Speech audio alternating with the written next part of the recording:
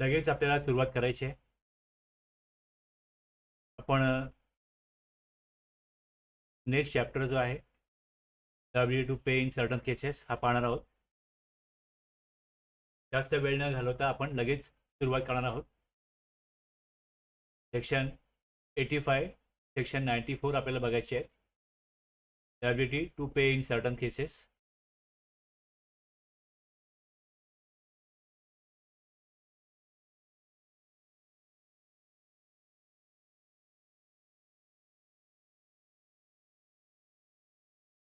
Tulshiram sir, Nilesh sir, Rakesh sir, Kailas sir, लगेच आपण सुरुवात करणार आहोत. सगळ्यांना गुड मॉर्निंग.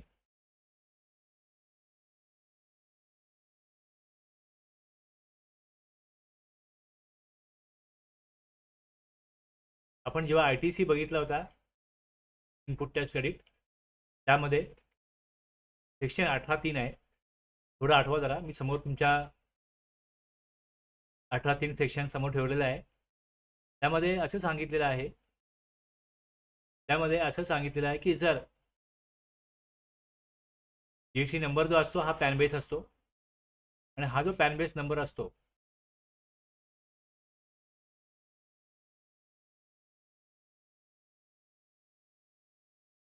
ज्यावेळेस तो बिझनेस ट्रान्सफर होतो, दुसरा व्यक्ती चालवायला घेतो, त्यावेळेस त्याला नवीन नंबर काढायला लागतो आणि बिझनेस ज्यावेळेस ट्रान्सफर होईल मग त्यामध्ये दिलेला इकडे की बिझनेस तो काय केलाय, सेल आहे.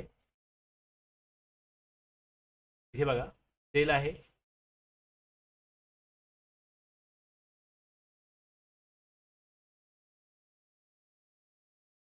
सेल दिसते आपल्याला इकडे, सेल आहे, मर्जर आहे, डीमर्जर आहे, amalgamation, lease, transfer of business.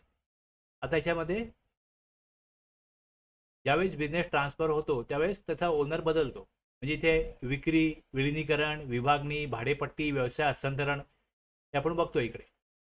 हे जे आहे इकडे विक्री, विलिनीकरण, विभागणी, भाडेपट्टी, व्यवसाय हस्तांतरण. आता यामध्ये ज्यावेळेस तो बिझनेस ट्रान्सफर होतो त्यावेळेस थोडं एक लक्षात घ्या.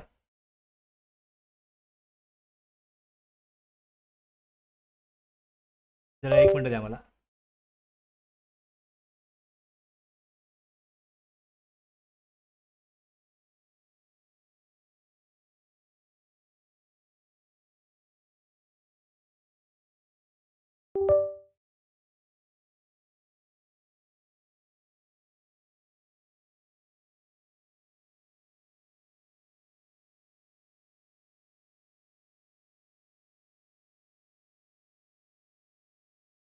एक बिझनेस आहे ना, तो ट्रान्सफर केला, हा एक कालावधी आहे. आता 2023 पर्यंत ए हा व्यक्ती बिझनेस करत होता आणि 2024, 2025 या कालावधीमध्ये बी हा व्यक्ती तो बिझनेस ट्रान्सफर झाल्यानंतर टेक ओव्हर करतो. आता जर 2023 ची काही लायबिलिटी आली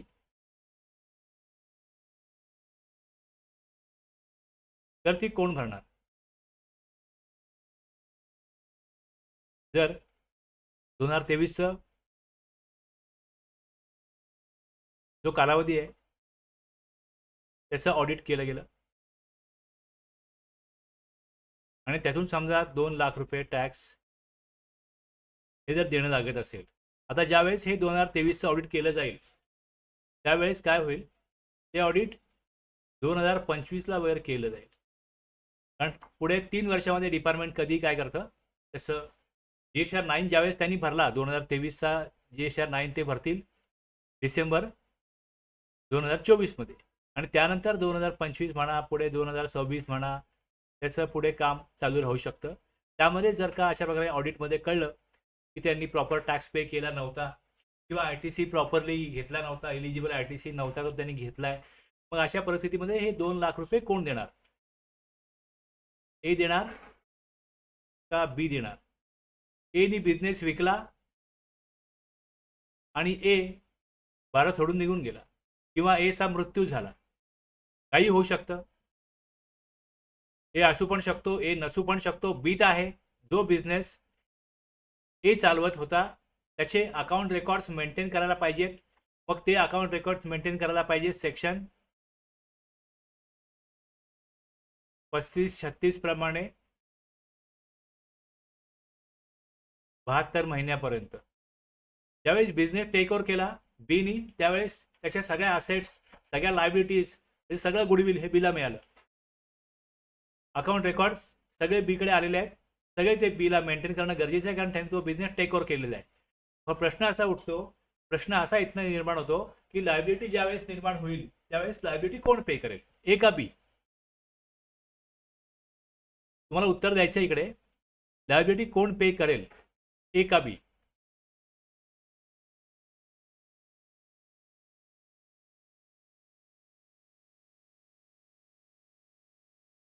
मी वाट पाहते उत्तर तुमच्या. लायबिलिटी कोण पे करेल, ए पे करेल का बी पे करेल?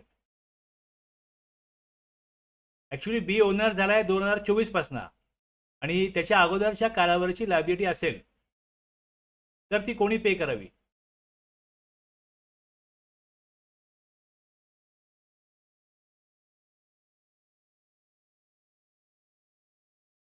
उत्तर चुकलं तरी चालेल, तुमच्याकडनं करेक्ट आन्सर मिळेल अशी माझी अपेक्षा नाहीये.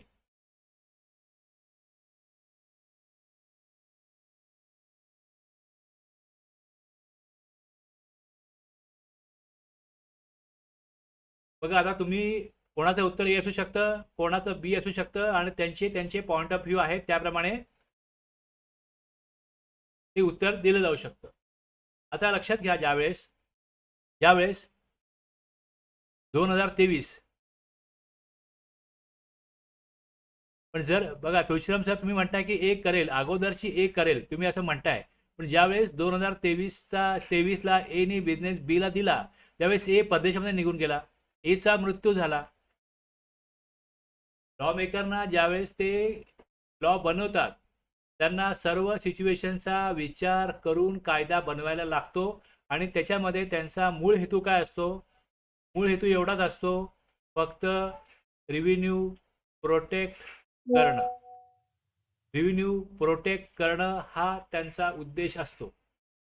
जर तुम्ही एचा बिझनेस बी घेतोय तर तो का घेतोय?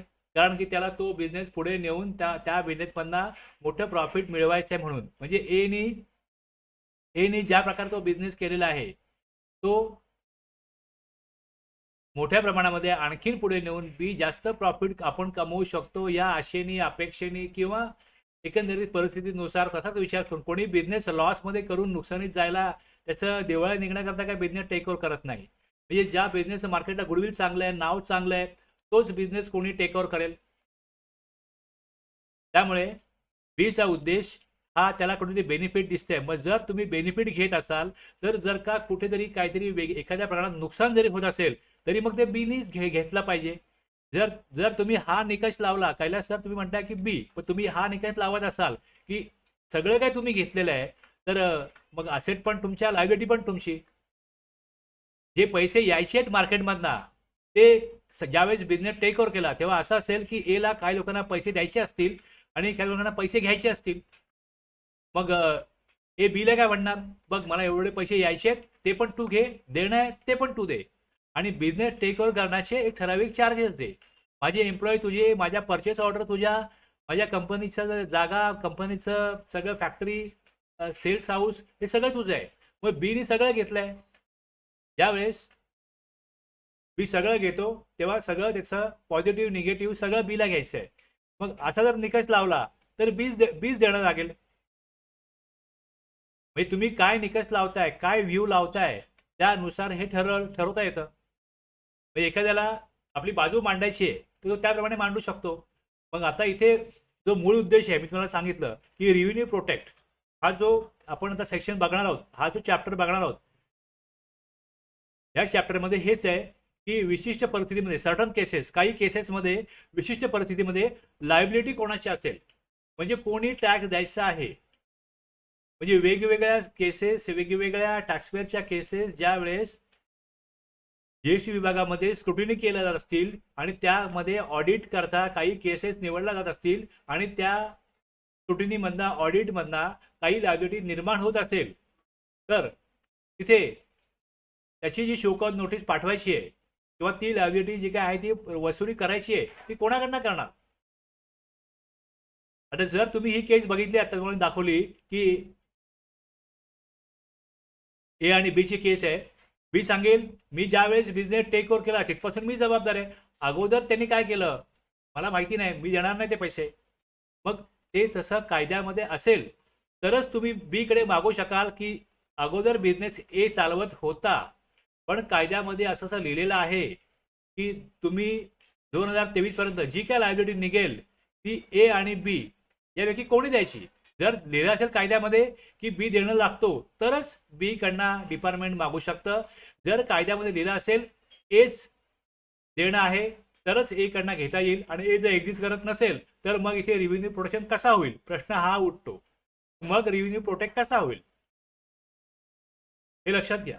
आता ज्यावेळेस आपण इथे वाचणार आहोत तर फक्त आपण इथे जे दिलेलं आहे तेवढंच फक्त आपण इंटरप्रेट करत नसतो. त्यातनं आपण हे समजून घेत असतो की या मागचा उद्देश काय असेल आणि मूळ डिपार्टमेंट बनवण्याचा उद्देशच काय, जीएसटी विभागाचा उद्देशच काय. कायद्याची अंमलबजावणी ही प्रॉपर व्हावी, टॅक्स कलेक्शन हे प्रॉपर कायद्यानुसार व्हावं, त्यामध्ये पारदर्शकता असावी, टॅक्स पेअरचा जो बेनिफिट आहे ITC आहे तो त्यांनी प्रॉपरली घ्यावा, जो टॅक्स भरणा करायचा तो प्रॉपरली भरावा. मग इथे विशिष्ट परिस्थितीमध्ये ज्यावेळेस ओनरशिप चेंज होते किंवा काहीतरी विशिष्ट घटना घडतात मग त्या घटनेमध्ये ती लायबिलिटी कोणाची असते हे सांगणारा सेक्शन जो आहे, हे सांगणारा जो चॅप्टर आहे तो हा चॅप्टर 16वा जो आहे तो आहे आणि याच्यामध्ये सेक्शन 85 ते 94 हे येतात. आपण हा जो चॅप्टर आहे किंवा हे जे सेक्शन्स आहेत 85 to 94 हे आपण का समजून घेत आहोत हे तुम्हाला सांगण्याकरता मी आता हा 10-12 मिनिटाचा वेळ घेतलेला आहे. हे लक्षात घ्या. तुम्ही फक्त याच्यामध्ये पार्टिसिपेट करावं, थोडं लक्ष द्यावं म्हणून तुम्हाला प्रश्न विचारला, तुम्ही प्रश्न दिला, उत्तरं दिली, प्रश्न माझा ऐकला, उत्तरं दिली, त्यात तुम्ही चुकला असाल बरोबर असाल. उद्देश तुमचं नॉलेज किती आहे हे इथे टेस्ट करणं चेक करणं हे नव्हतं. फक्त उद्देश लक्षात यावा की काय आता कशा काय बेसिस धरून काय आधार धरून कायदा बनवला जातो हे लक्षात यावं म्हणून मी तुम्हाला हे सांगितलंय. तर ह्यामध्ये इथे मी हे जे काय लिहिलेलं आहे बॅकग्राऊंड म्हणून की ते सगळं आपण चर्चा केली. थोडं तुम्ही नंतर हे वाचू शकता. आता मी मूळ सेक्शनवरती येतो. यामध्ये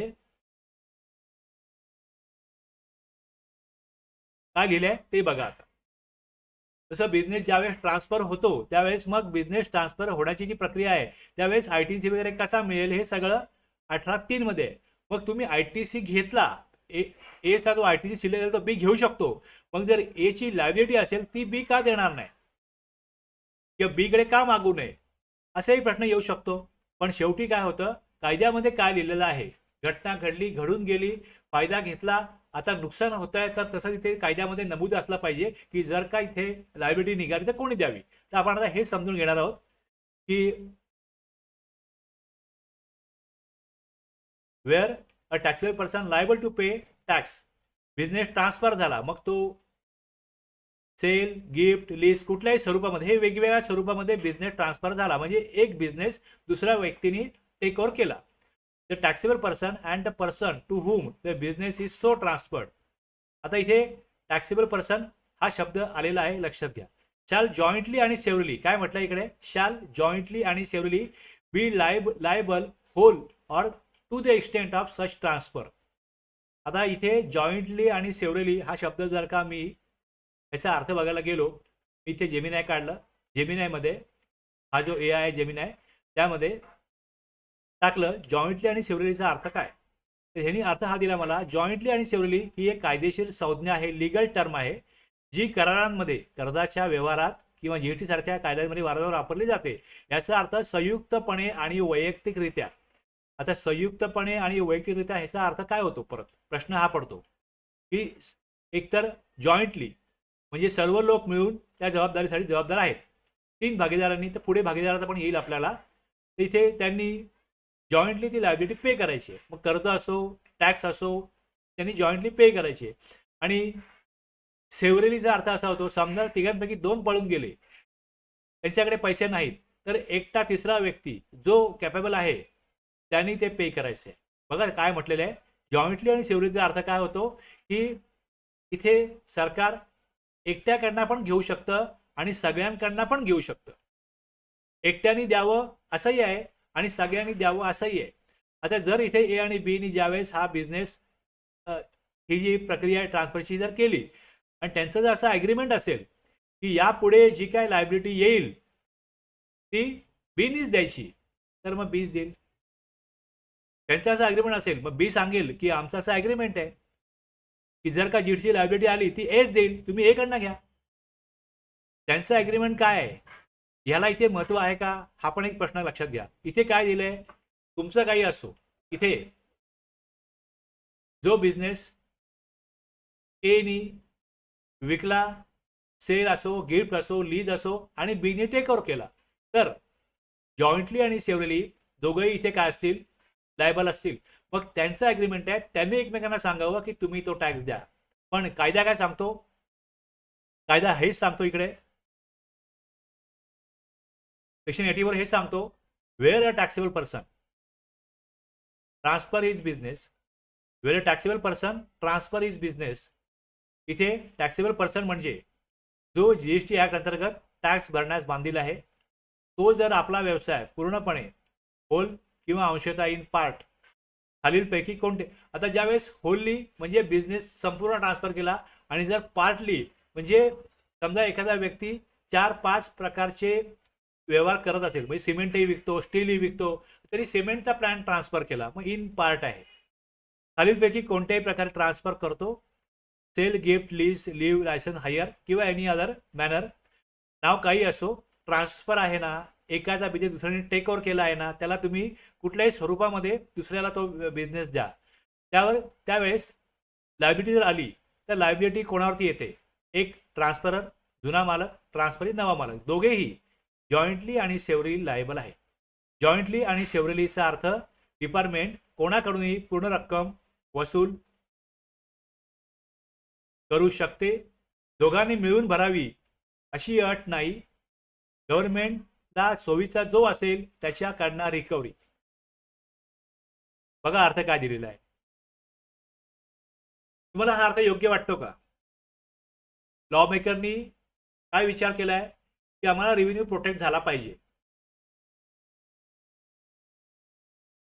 बिझनेसचे सगळं गुडविल बीनी घेतलेलं आहे, त्यामुळे अगोदरच्या काळामध्ये काही नुकसान असेल तर ते सुद्धा बी द्यायला पाहिजे असं आपण विचार केला. पण बिझनेस एचा होता, जर ट्रान्झॅक्शन एने केलेलं आहे तर जबाबदार ए असला पाहिजे.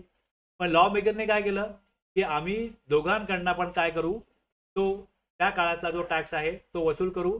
ज्या काळामध्ये बिझनेस मालक ए होता, नंतर बीनी बिझनेस टेक ओव्हर केला, पण ज्या काळामध्ये ए मालक होता त्या काळामध्ये लायबिलिटी आली तर ए आणि बी दोघंही त्याला जबाबदार असतील आणि आम्ही दोघांकडनं वसूल करू.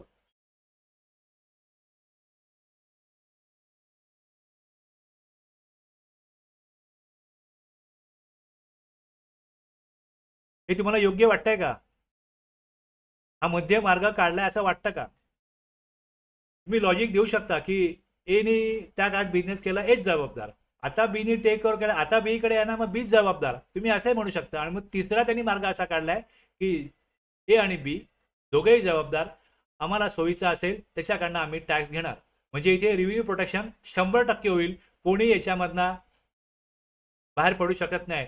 काही कारण देऊन ते हा टाळमटाळ करू शकत नाही, जो लायबिलिटी जी आलेली आहे ही टाळमटाळ करू शकत नाही.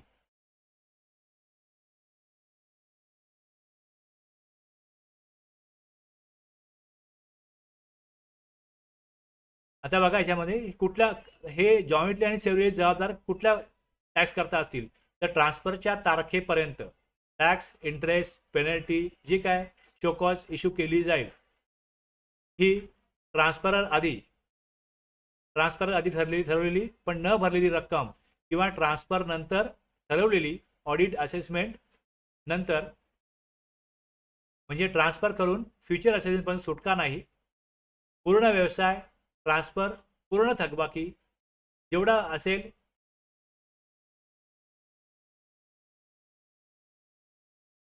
त्याप्रमाणे wholly or to the extent of such transfer.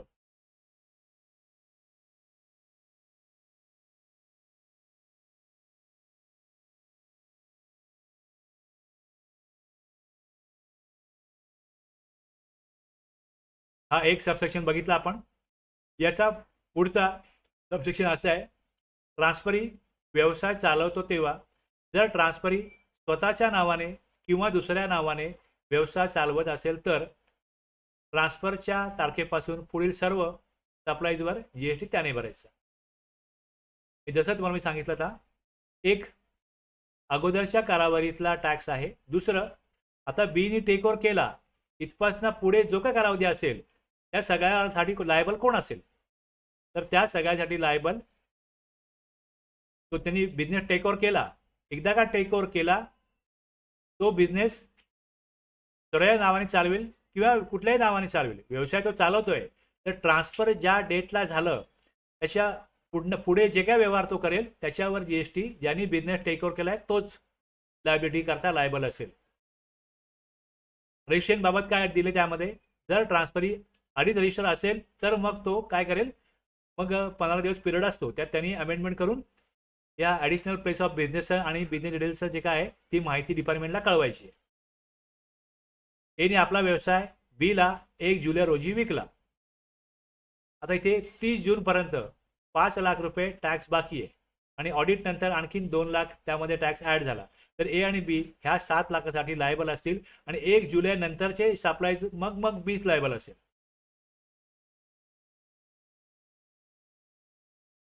याचा उद्देश एवढाच आहे, बिझनेस ट्रान्सफर करून टॅक्स चुकवता येऊ नये, गव्हर्नमेंटचा रेव्हेन्यू सुरक्षित राहावा, ट्रान्सफरीने बिझनेस घेताना ड्यू डिलिजन्स करावी, माझ्या आधीचा टॅक्स असा बचाव मर्यादित म्हणजे अशा प्रकारचा बचाव करता येऊ नये. त्यामुळे इथे नमूद केलेलं आहे की कुठल्या पिरियडपर्यंतच्या टॅक्ससाठी कोण लायबल असेल आणि कुठल्या पिरियड नंतरच्या टॅक्ससाठी मग कोण लायबल असेल.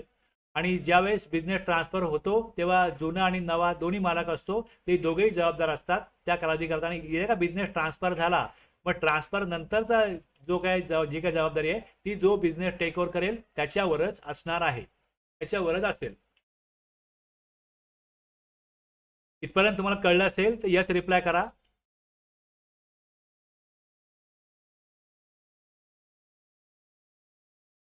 नुसतं तुम्ही वाचायला जाल तर तुमच्या लक्षात राहणार नाही काहीच. तुम्ही प्रश्न विचारत होता की हे असं का केलं असेल, हे असा कायदा करण्यामागचं लॉ मेकरचं इंटेन्शन काय असेल, उद्देश काय असेल. आणि मुख्य उद्देश हेच लक्षात ठेवा की ज्यावेळेस आपण हा लॉ शिकतोय हा एक टॅक्स लॉ आहे, मग ह्याच्यामध्ये टॅक्सचं प्रॉपर कलेक्शन, ह्याच्यामध्ये न्याय्य पद्धतीने कशा प्रकारे प्रक्रिया पुढे जाईल हे विचारात घेऊन, हा आधार ठेवून कायदा बनवायचा आहे. म्हणजे टॅक्स प्रॉपर कलेक्ट झाला पाहिजे आणि तो न्यायिक पद्धतीने कलेक्ट झाला पाहिजे. मनमानी पद्धतीने कुठेही कारभार होता कामा नये आणि कुठेही जे बेईमानी टॅक्स पेअरला करता येता कामा नये, मनमानी अधिकाऱ्यांना करता येता कामा नये. म्हणजे सरकार हे न्यायिक पद्धतीने, उद्देशच हा आहे की आपल्या सगळ्यांच्या विकासाकरता आपण हा टॅक्समधून आलेला पैसा घेऊन वापरायचा आहे. त्यामुळे कायद्याची जे काय अंमलबजावणी, पहिले जे काय कायद्याचे जे काय इथे तरतुदी आहेत या किंवा नियम आहेत हे अशा प्रकारे बनवले जातील की यातना संबंधित व्यक्तींना कमीत कमी त्रास होईल आणि त्याचा उद्देश जो आहे हा चांगला आहे आणि चांगल्या प्रकारे यातना पुढे जे आहे ती कायद्याची अंमलबजावणी प्रॉपरली होईल. हा उद्देश लक्षात ठेवून लॉ मेकरनी लॉ बनवायचा असतो आणि त्याच प्रकारे इम्प्लिमेंट करणाऱ्यांनी तो इम्प्लिमेंट करायचा असतो. अशाच प्रकारे कागदावर तरी तरतुदी असतात. पुढे एजंट आहे. वेअर अन एजंट सप्लाईज और receives any taxable goods on behalf of the principal. प्रिन्सिपलच्या वतीने दोन व्यक्ती आहेत, यातला एक मूळ मालक असतो. ह्या मालक काय करतो, दुसऱ्या व्यक्तीला अपॉइंट करतो की तू माझे गुड्स काय विक.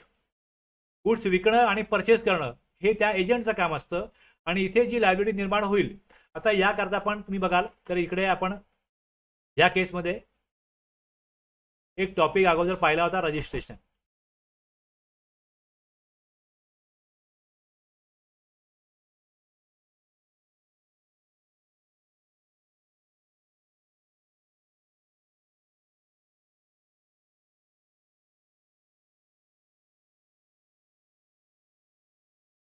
या रजिस्ट्रेशनमध्ये काय होतं, सेक्शन 24 मध्ये हे सांगितलेलं आहे,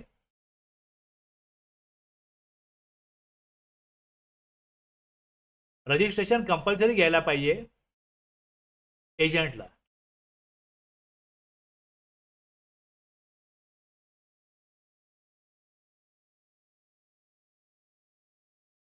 कुठे आहे एजंट?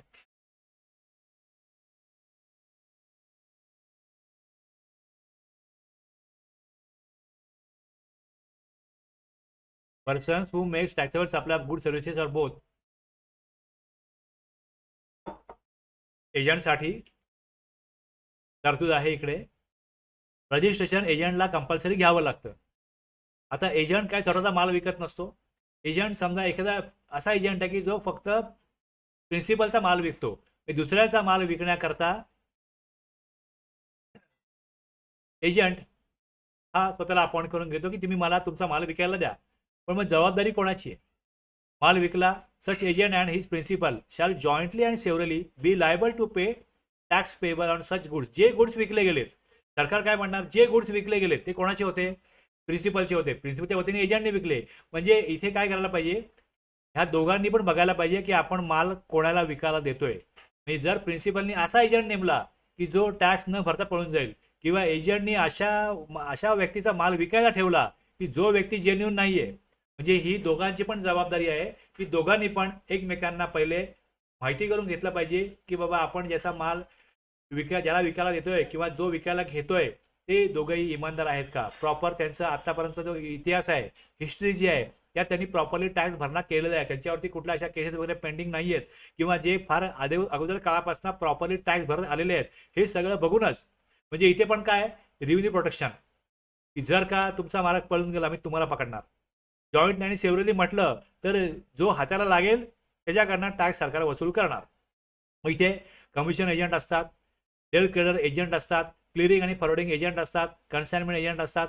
हे जे एजंट असतात यांचं काम काय असतं, समजा एक सिमेंटची फॅक्टरी आहे, ती समजा वेगळ्या कुठल्या शहरामध्ये आहे आणि तिकडनं मुंबईला माल येतो. त्यावेळेस तो माल ट्रेनने आल्यानंतर तिकडे क्लिअरिंग आणि फॉरवर्डिंग एजंट जो असतात तो तिथे डॉक्युमेंट ते घेऊन जातात, किंवा कस्टममध्ये माल येतो ते डॉक्युमेंट घेऊन जातात आणि तिकडनं तो माल सोडून घेतात. आणि त्यानंतर डिलिव्हरी जी आहे ती ज्यांनी तो माल मागवला त्यांना करण्याचं काम हे consignment agent, clearing forwarding agent, हे जे एजंट आहेत ते करतात. मग या केसमध्ये सप्लाय कोणाची मानाची, आणि मग त्यानंतर ज्यावेळेस तो माल पुढे विकला जातो त्यावेळेस ते स्वतःच्या नावाने इनवॉइस बनवतात. कमिशन एजंट जे असतात हे फक्त कमिशन घेतात, पण हे जे एजंट आहेत, सेल क्रेडर एजंट, क्लिअरिंग आणि फॉरवर्डिंग एजंट आणि कमिशन आणि कन्साइनमेंट एजंट, हे काय करतात, स्वतःच्या नावाने तो माल पुढे विकतात, पैसे कलेक्ट करतात आणि प्रिन्सिपलला मग ते पेमेंट करतात. तर यामध्ये टॅक्स कोण भरणार? मग इथे गव्हर्नमेंटने इथे काय केलंय, सेफ साईड अप्रोच घेतलाय. इथे पण तसंच आहे की जर एजंट प्रिन्सिपलच्या वतीने टॅक्सेबल गुड सप्लाय करतो किंवा रिसिव्ह करतो तर एजंट प्रिन्सिपल दोघेही जॉईंटली आणि सेव्हरली लायबल आहेत. इथे प्रिन्सिपल पी आहे, एजंट ए आहे. पी ने आपला माल ए कडे दिला आणि ए ने तो माल मार्केटमध्ये विकला. त्या सप्लायवरती जर जीएसटी 1,00,000 रुपये येत असेल तर लायबिलिटी या सेक्शन 86 प्रमाणे डिपार्टमेंट काय करेल, बघेल पहिले की कोण तिकडे जागेवर आहे. मग पी प्रिन्सिपल बोला की मी माल विकलाय, पण आता पी समजा जी डेथ झालेली आहे आणि मग पीचा वारस आहे, तो मी बिझनेस तो करत पण नाही, मी ज्यातनं काय घेतलं पण नाही, तो बिझनेस लॉसला गेला, मला काहीच मिळालेलं नाही. अशा वेळेला मग सरकार काय करणार, म्हणजे पीचे जे नातेवाईक असतील ते म्हणतील की पीची डेथ झालेली आहे आणि पीने आमच्याकरता काही सोडलेलं नाही, आम्ही त्याचे वारस असलो तरी आम्हाला त्याकडनं काहीच मिळालं नाही, उलट त्याची देणी आम्हीच फेडले, आता जीएसटी भरायचं तो आम्ही भरणार नाही, आम्ही भरू शकत नाही. मग अशा वेळेस कोण एजंट होते, पी कडनं माल कोणी घेतला होता, मग त्या पर्टिक्युलर ट्रान्झॅक्शनमध्ये जर का एकाहून जास्त एजंट असतील तर मग त्या एजंटला पकडून वेगवेगळ्या व्यवहारांमध्ये जी लायबिलिटी निर्माण झालेली आहे, मग त्याच्यामध्ये ती लायबिलिटी कोणा एजंटशी संबंधित असेल त्यानुसार डिपार्टमेंट ती लायबिलिटी पुढे एजंटकडनं आपण घेऊ शकतो. कारण की ज्या व्यवहारावरचा टॅक्स पेंडिंग आहे किंवा लायबिलिटी निर्माण झालेली आहे, मग त्यामध्ये कुठले कुठले एजंट इन्व्हॉल्व्ह होते मग ते विचारात घेऊन मग ती कारवाई पुढे जाईल. इथे एजंट प्रिन्सिपल स्ट्रक्चर वापरून टॅक्स लिकेज होऊ नये, रिकव्हरी सुलभ व्हावी म्हणून गव्हर्नमेंटने काय केलं, इकडे याच प्रकारे वर्डिंग वापरलंय, जॉईंटली आणि सेव्हरली. एजंट सप्लाईज वरती किंवा सप्लाय केला किंवा माल रिसिव्ह केलाय ऑन बेबा प्रिन्सिपल, तर इकडे दोघंही प्रिन्सिपल आणि एजंट दोघेही जॉईंटली आणि सेव्हरली काय राहतील, इकडे जबाबदार राहतील जर कुठलाही टॅक्स फ्युचरमध्ये आला तर. आता पुढे कंपन्यांचं एकत्रीकरण किंवा विलिनीकरण.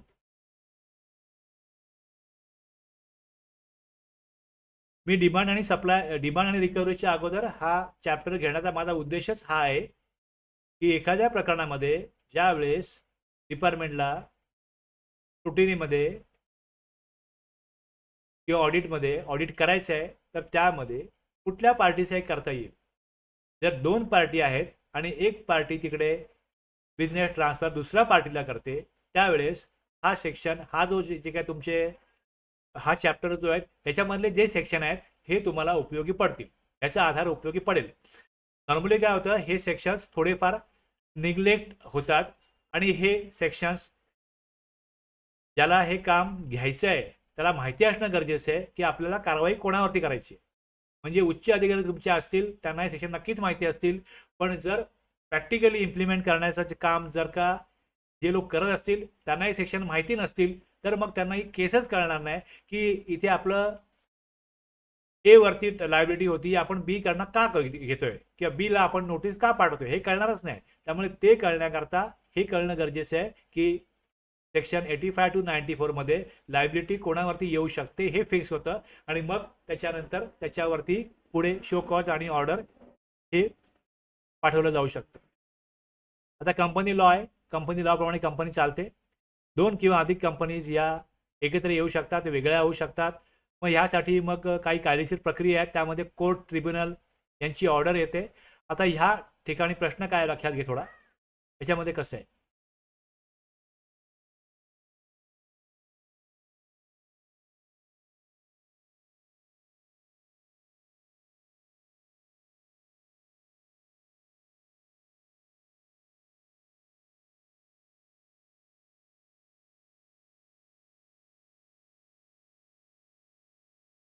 इथे एक कालावधी आहे, इथे एप्रिल आहे, इथे मार्च आहे, इथे 2023 आहे, इथे 2024 आहे. आता इथे काय केलं यांनी,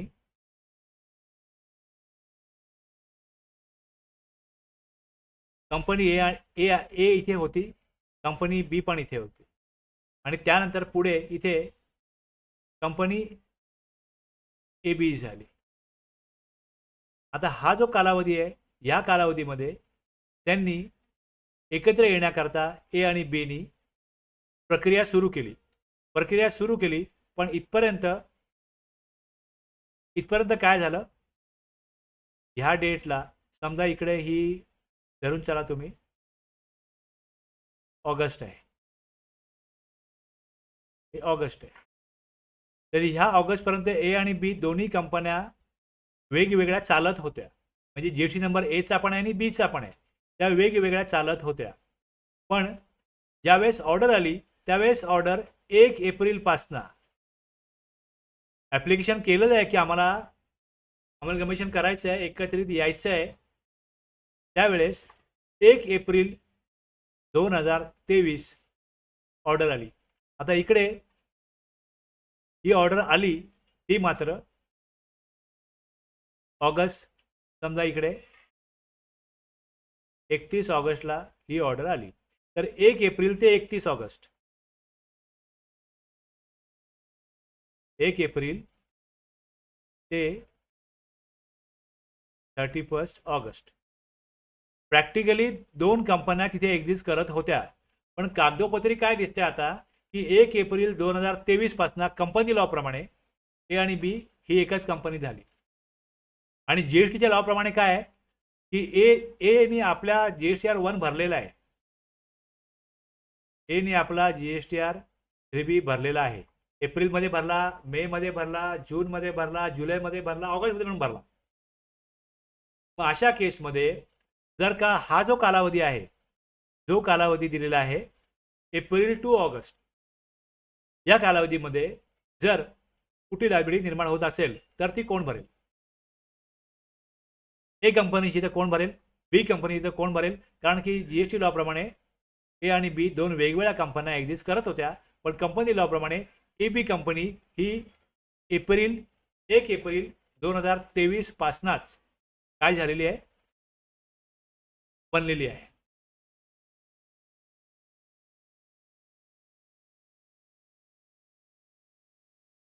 मग यामध्ये काय दिलंय की न्यायालयाच्या आदेशाची तारीख आणि प्रत्यक्ष एकत्रीकरणाची तारीख यामधील विवरणासाठी दायित्व. या वाक्याचा अर्थ तुम्हाला कळावा म्हणून तुम्हाला मी तिकडे टाइमलाईन दाखवली की टाइमलाईन काय.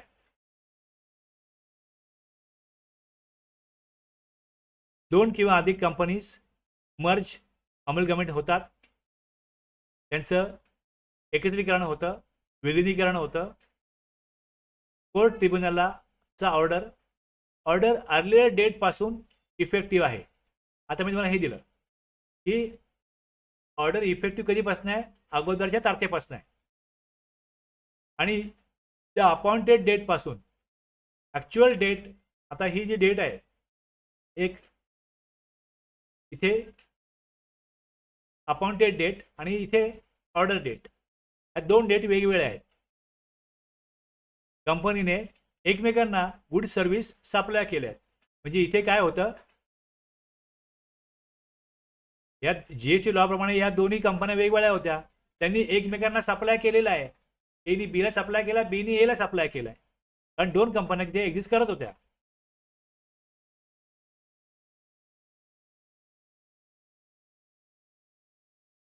त्या सगळ्या ट्रान्झॅक्शन्स व्हॅलिड टॅक्सेबल सप्लाईज मानल्या जातील, रिस्पेक्टिव्ह कंपनीच्या टर्नओव्हरमध्ये इन्क्लूड होतील. जीएसटी पेएबल असेल. ते असं म्हणू शकत नाही की आम्ही तर एकच कंपनी झालोय. म्हणजे इथे कसं बघा, ब्रँचला ज्यावेळेस ट्रान्सफर होतं तर आपण बघतो की दोन बँका आहेत, बँकाच्या दोन वेगवेगळ्या शाखा आहेत, त्या ज्यावेळेस एकमेकांना काही ट्रान्सफर करतात त्यावेळेस त्यांच्याकडनं जीएसटी त्यांना भरायला लागतोच, त्या आयटीसी पण घेतात. तर त्याचप्रमाणे इकडे एकमेकांना रिसिव्ह केल्या, गुड सर्व्हिसेस सप्लाय केल्या, तर आता समजा एक डीमार्ट आहे, तर डीमार्टचा एकच नंबर असेल तर ते एका ठिकाणी दुसऱ्या ठिकाणी ज्या माल सप्लाय करतात त्यावेळेस त्यांना कुठलाही जीएसटी भरायला लागत नाही. ते डिलिव्हरी नोट भरून काय करतात, माल सप्लाय करतात. पण जर महाराष्ट्राची ब्रँच आहे, ती गुजरात ब्रँचला ट्रान्सफर करते, माल पाठवते किंवा सर्व्हिस देते, बँक असेल तर तिकडे दोन नंबर वेगवेगळे असतात. तिकडे मग त्यांना जीएसटी कलेक्ट करणं आणि आयटीसी घेणे करायला लागतं. पण महाराष्ट्रामधलीच समजा एखादी बँक आहे आणि एकच नंबर आहे त्यांचा, तर ते ब्रँचला ज्यावेळेस सप्लाय करतील त्यावेळेस त्यांना जीएसटी कलेक्टही करायला लागत नाही आणि आयटीसी पण मिळत नाही, कारण ते इनवॉइस वापरत नाहीत.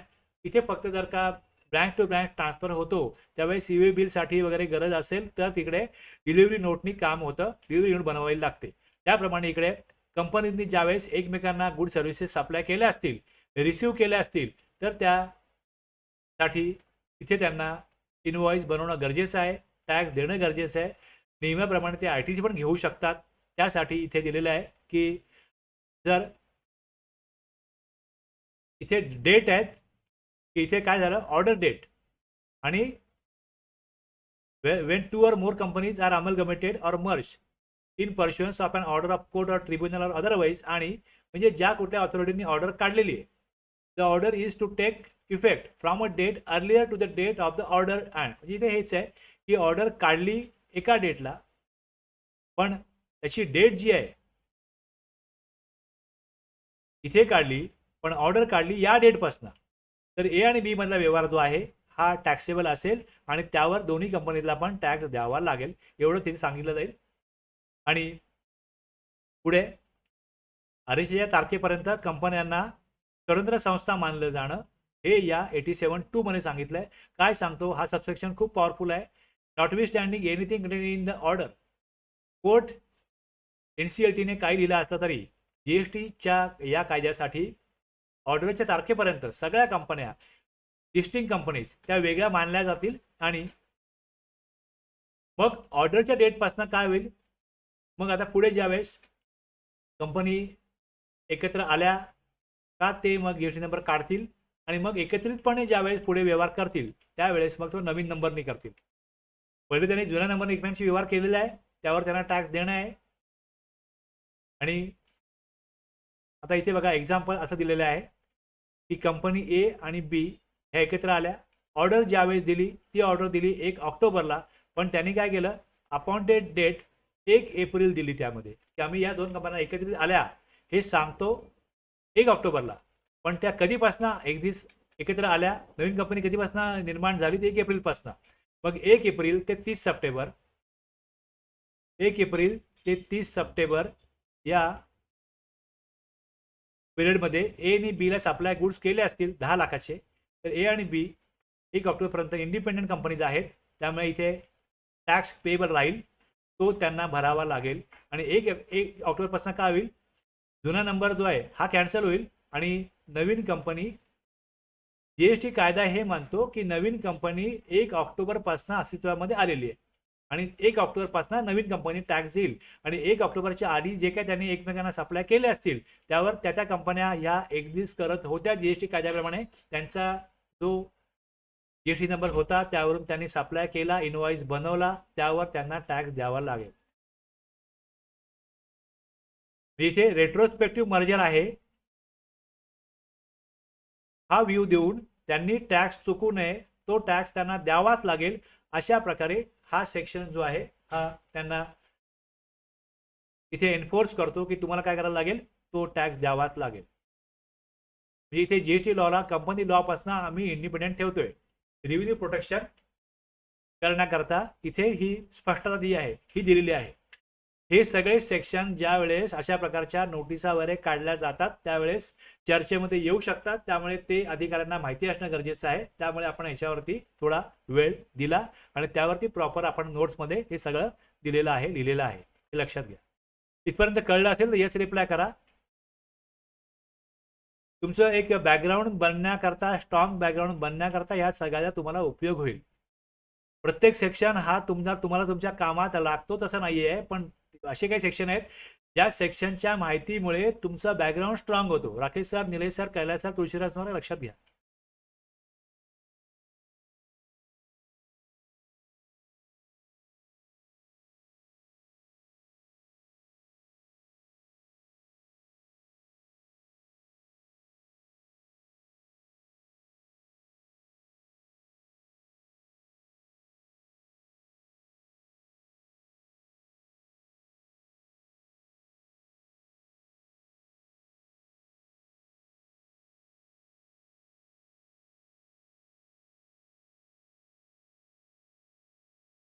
आता जर अशी कंपनी अंमल कमिशन बघितलं आपण, तसं एखादी कंपनी बंद पडली, तर कंपनी बंद पडली तर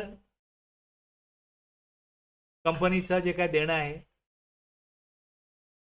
कंपनीचे जे इन्व्हेस्टर असतात त्यांनी शेअर वगैरे घेतलेले असतात, मग त्या सगळ्याची जबाबदारी शेअर होल्डरलाच काय करायचं, कंपनीची देणं आहे ती काय करायची. मग यासाठी एक व्यक्ती नेमला जातो, त्याला म्हणतात लिक्विडेटर. हा जो लिक्विडेटर आहे याच्यावरती कंपनीची काय परिस्थिती आहे, काय देणी आहेत, आणि मग कंपनीचा जे बिझनेस बंद पडलाय तर असेट विका आणि असेट विकून कंपनीची देणी आहेत ती द्यायची. अशा वेळेला जर का काय जीएसटी कायद्याप्रमाणे काय लॉ इथे टॅक्स देणं असेल, इंटरेस्ट, पेनल्टी, हे जर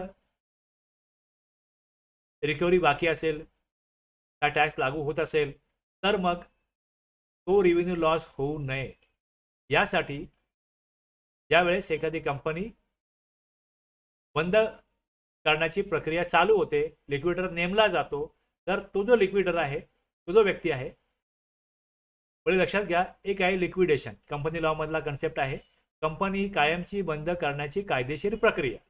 आणि लिक्विडेटर काय आहे, कंपनी बंद करताना मालमत्ता विकून देणी फेडणारी अधिकृत व्यक्ती, मग ही त्या कंपनी लॉच्या कायद्यानुसार अपॉइंट केली जाते. कंपनी लिक्विडेशनमध्ये गेली, कंपनी स्वतः काही करत नाही, लिक्विडेटरची जबाबदारी असते की त्यांनी काय करावं, सगळी देणी सेटल करावी, कंपनीचे असेट जे आहेत हे विकण्याचे अधिकार त्याच्याकडे येतात आणि मग तो काय करतो, मग आता इथे प्रश्न पडतो की मग जीएसटी कायद्यानुसार जे घेणं आहे त्यासाठी काय तरतूद आहे. जेव्हा कंपनी कोर्ट ट्रिब्युनल ऑर्डरने, म्हणजे हे डायरेक्टली होत नाही, त्याकरता पण कायदेशीर प्रक्रिया आहेत कंपनी लॉ प्रमाणे. कंपनी विकणं, कंपनी गुंडाळणे किंवा बंद करणे, जेव्हा वाउंड अप शब्द येतो तेव्हा शब्द इथे आलेला आहे. When any company is being wound up whether under the order of court tribunal or otherwise, म्हणजे कंपनीचे जे कोण करते असतील ते डायरेक्टली निर्णय घेऊ शकत नाही की आम्हाला कंपनी बंद करायची. त्याकरता कायदेशीर प्रक्रिया आहे. त्यानुसार मग कोर्ट ट्रिब्युनल किंवा जी ऑथॉरिटी असेल ती ऑर्डर देईल आणि त्या ऑर्डरप्रमाणे मग कंपनीचं पुढे लिक्विडेटर नेमून मग पुढच्या ज्या प्रक्रिया आहेत त्या होतं. आता इथे काय म्हटलंय, 30 दिवसामध्ये लिक्विडेटर अपॉइंट झाला की 30 दिवसाच्या आतमध्ये शाल म्हटलं इकडे, म्हणजे हे कंपल्सरी आहे. जेव्हा शाल शब्द येतो तेव्हा त्याच्याकडे काय आहे, बंधन आहे.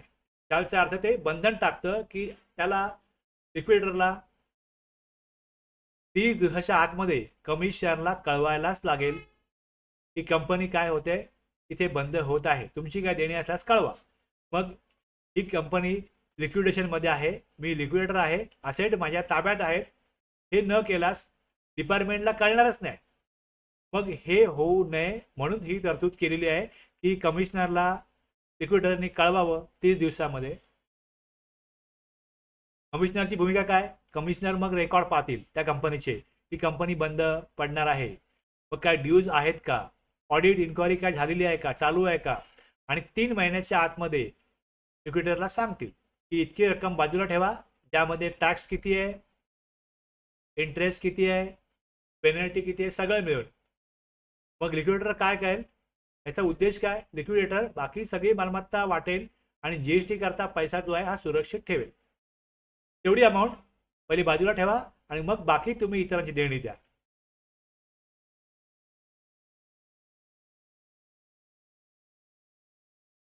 आता कंपनीचे डायरेक्टर वगैरे असतात, हे आता पहिलं आपण बघितलं हे पब्लिक कंपनी करता होतं.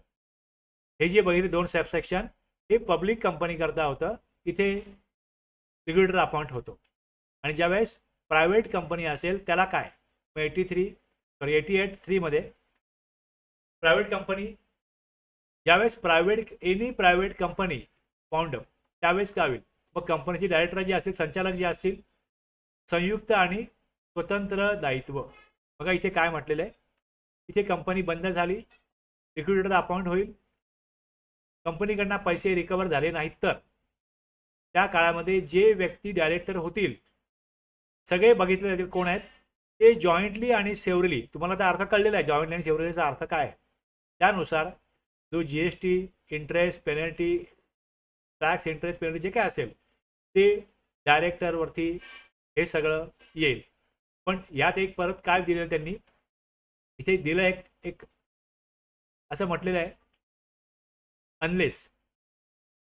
आता समजा इकडे एकाहून जास्त डायरेक्टर असतील तर इथे डायरेक्टर कधी वाचू शकतो, फक्त तेव्हा डायरेक्टर कमिशनरला प्रूव्ह करतात की त्याची ग्रॉस निग्लेक्ट नाही, ब्रीच ऑफ ड्युटी नाही, म्हणजे मी डायरेक्टर होतो पण जीएसटी जबाबदारी माझ्यावर नव्हतीच, किंवा मी कंपनीमध्ये काय काम करत होतो याची प्रूफ त्याने दिलं तर मग तो व्यक्ती लायबल नसेल.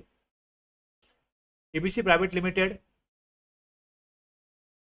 बंद पडली, लिक्विडेशनमध्ये गेली आणि जीएसटी ड्यूज किती आहेत, इथे 15 लाख, असेट विकून 10 लाख मिळाले, 5 लाख अजून बाकी आहे. तर कंपनीकडनं रिकव्हरी झाली नाही तर त्या काळात डायरेक्टर ए आणि डायरेक्टर बी आहेत, दोघांपैकी कोणाकडूनही, कारण जॉईंटली आणि सेव्हरली आहे, ते वसूल करता येतील. इथे पण रेव्हेन्यू प्रोटेक्ट करण्याचा उद्देश आहे, त्या उद्देशामधनच हे सगळं आपण तरतुदी वाचत आहोत. Liquidator must inform commissioner within 30 days ही मुख्य तरतूद आहे. त्यानंतर इथे काय करतील, रेव्हेन्यू प्रोटेक्टसाठी मग कमिशनर ॲक्शन घेतील आणि मग पुढे त्यांना ड्यूज कळवल्या जातील किती आहेत त्या. प्रायव्हेट कंपनीमध्ये डायरेक्टर सेव्हरली प्रतिनिधी घ्या. आता याकरता एक रूल आहे, पण इथे एक बघा कसं आहे, यामध्ये 2 रूल पाहिजे होते. एक, लिक्विडेटरने कमिशनरला कळवण्याकरता एक फॉर्म पाहिजे होता, आणि दुसरा कमिशनरनी मग लिक्विडेटरला किती अमाऊंट ठेवायची याकडे दुसरा फॉर्म पाहिजे. 2 रूल पाहिजे होते इकडे, अपेक्षित 2 रूल आहेत, तुम्ही तरतूद केली आहे.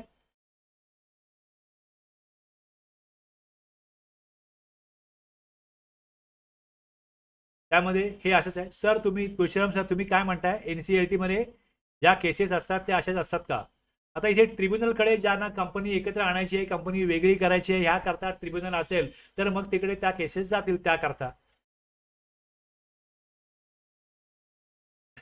वेळ सर तुम्हाला मी सगळ्यांना सांगतो मी तुम्हाला, थोडं तुम्ही आता काय करा, AI वापरायला शिका. मी बघा जस्ट मी जेमिनी काढलं इकडे, ChatGPT आहे, किंवा तुम्ही इथे जस्ट टाईप करायचं वरती gemini.com किंवा chatgpt.com टाईप तुम्ही केल्यानंतर तुम्हाला पुढे तुम्ही एकमेकांना माहिती विचारता, एकमेकांना जेवढं माहिती देते तेवढं तुम्ही एकमेकांना मदत करता, हे सगळं ठीक आहे.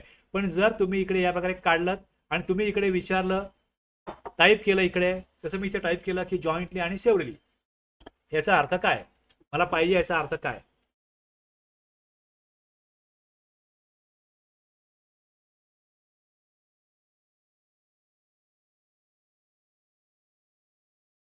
मी सांगितलं पुढे की मराठीत सांगा.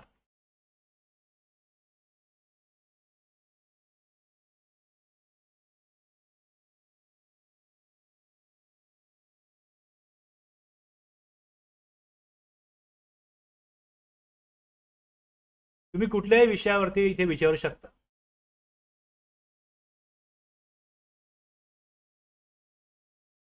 मी सांगाल त्याला एक्झाम्पल द्या, ते एक्झाम्पल देतील. तुम्ही कुठलाही सेक्शन सांगाल, हा सेक्शनचा अर्थ सांगा, मी हे सगळं करतो. पण हे सगळं केल्यानंतर मी त्यामध्ये मला कुठल्या व्ह्यूने पाहिजे हे मला सांगायला लागतं. मला उत्तर येतं, ते उत्तर मी समाधानी नसेल मी सांगतो हे असं नाही पाहिजे मला. हे सगळं घेतल्यानंतर हे सगळे कंटेंट जे आहेत, आता मी इकडे जे काय इकडे मी बघाल हे सगळं मी घेतलेलं आहे ज्याकडनं करून. याला वेळ द्यावा लागतो. प्रॉपरली आलं नाही तर मग मी वेगळ्या प्रकारे त्याला विचारतो, परत परत विचारतो. हे वेगवेगळे सेक्शन मी या प्रकारे इथे दिवसभर बसून हे सगळं काम करतो.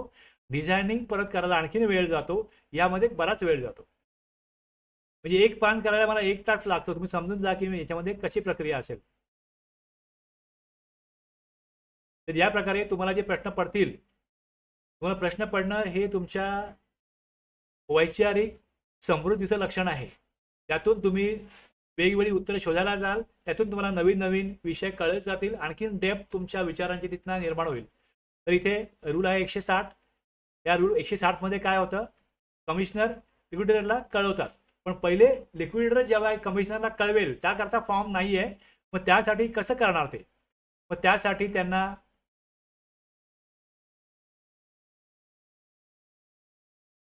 कम्युनिकेशन करण्याकरता ईमेल किंवा मग कागदोपत्री फिजिकली ते लेटर किंवा रिटर्न इंटिमेशन हेच करायला लागेल.